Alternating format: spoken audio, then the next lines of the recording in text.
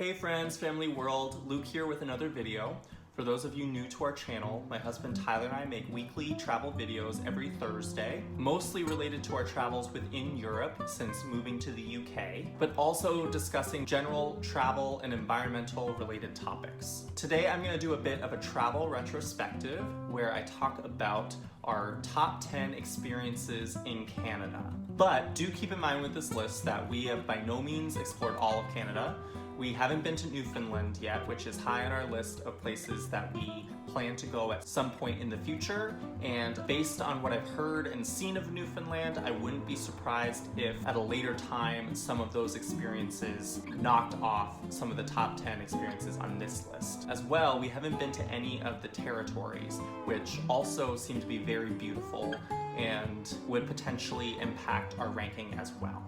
But given the experiences that we have had in Canada thus far, let's get to it with our top 10 personal best experiences in Canada thus far. Number 10, we put Ottawa, which some people may be surprised by. Ottawa unfortunately gets a bit of a bad rap from some Canadians in that some people find it's kind of a more boring, quieter city. We loved Ottawa. It's kind of the size of a city that we enjoy, where it has a lot of the basic things that you would want out of a city without being too busy, too loud, too congested. It also holds a special place in our heart in being sentimental to us, in that we spent a few years living in a town called Brockville, and the nearest larger city to us was Ottawa, so we look back fondly at Ottawa.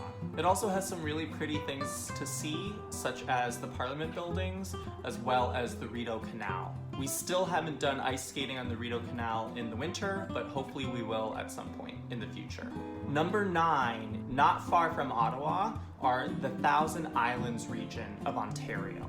This is a beautiful part of eastern Ontario along the St. Lawrence River that is dotted with these picturesque tiny islands. There are quite a few great riverfront communities and picturesque little towns, such as the Prince Edward County region, which is great for Ontario wines. There's also the tiny little town of Gananoque, which has probably one of our favorite restaurants in all of Ontario, called Riva. And then the city of Kingston, which is where Queen's University is located and happens to be one of Tyler's alma maters. Moving on to number 8, this may be a cop-out, but we couldn't decide, is Montreal/Quebec City. People may give us flack for this, but we literally could not decide between the two of them, and it really depends on what you're looking for. The reason why we put these together as well is that both of them really provide different insights and aspects of Quebecois culture, and neither of them alone will give you as good of a sense as going to both of them. And therefore, we recommend always visiting both in any trip to Quebec.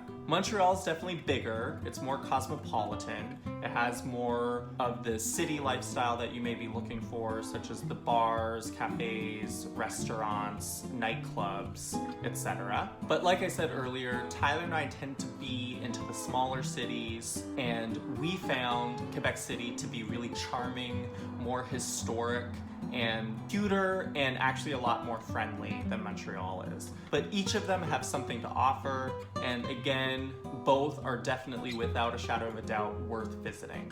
Number 7 is Toronto. The debate about Toronto versus Montreal as having the title as the best city in Canada is one that will continue on forever and ever.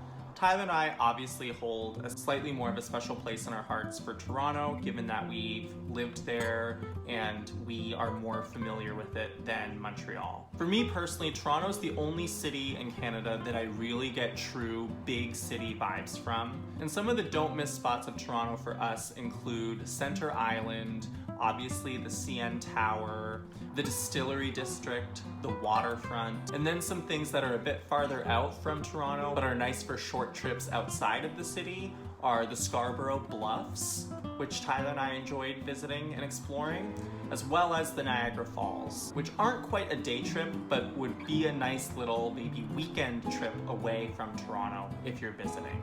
Next up, for number 6, we have Prince Edward Island.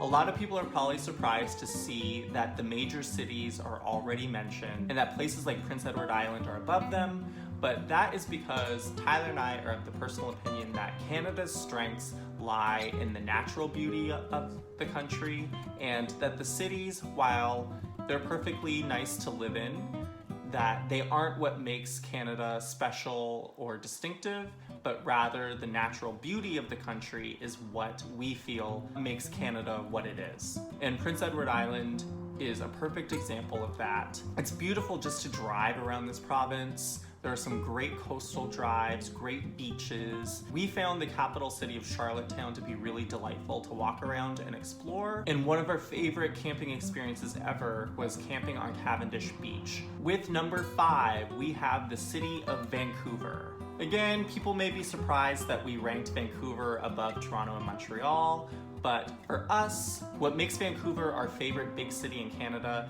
is that you can have the city life when you want it, but you can very easily escape into nature when you want to.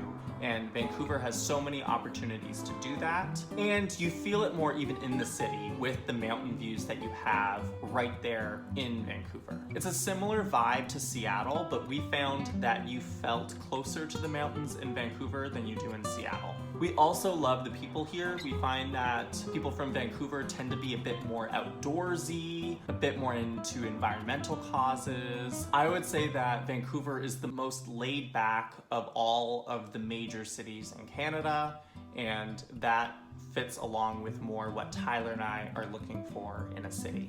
Now, with number 4, we have Cape Breton, which is an island part of Nova Scotia. Cape Breton is, for us, the most beautiful region of Eastern Canada that we've been to thus far. There's just so much beautiful hiking in this area, great drives as well. Particular aspects of this island that we enjoyed include the Skyline Trail, the Cabot Trail, and Meat Cove.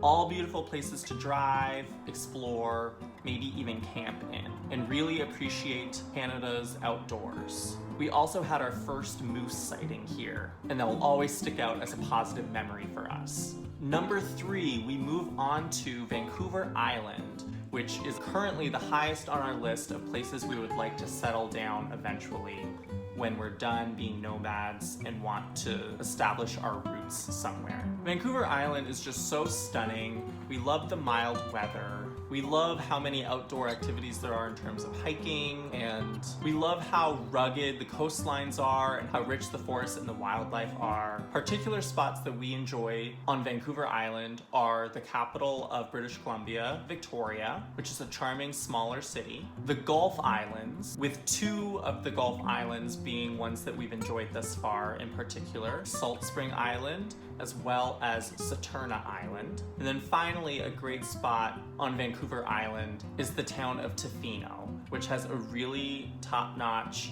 restaurant scene and nice atmosphere to it. Number 2, we have the Glacier Parkway.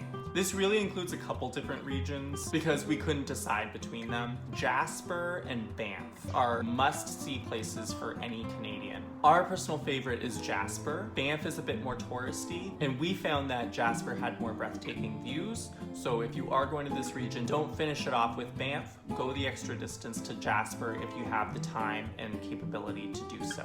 And finally, number 1, we have Waterton Lakes National Park, which is also in Alberta. This is literally one of the most beautiful places I've ever been. Just the combination of the mountains, the beautiful alpine style buildings of the town, as well as the stunning lake that it all sits on. This area was like a dream come true, and I felt so fortunate to explore it in September of 2017. Definitely somewhere I hope to visit again. Alright guys, that is our list of top 10 experiences in Canada that we've had thus far. What are some spots that you've enjoyed in Canada? Maybe there are places that you've been that we haven't been that we should add to our bucket list. Let us know in the comments down below. If you haven't already, give this video a thumbs up. Be sure to hit the red subscribe button for more content like this. See you guys again at our next video. Thanks, bye.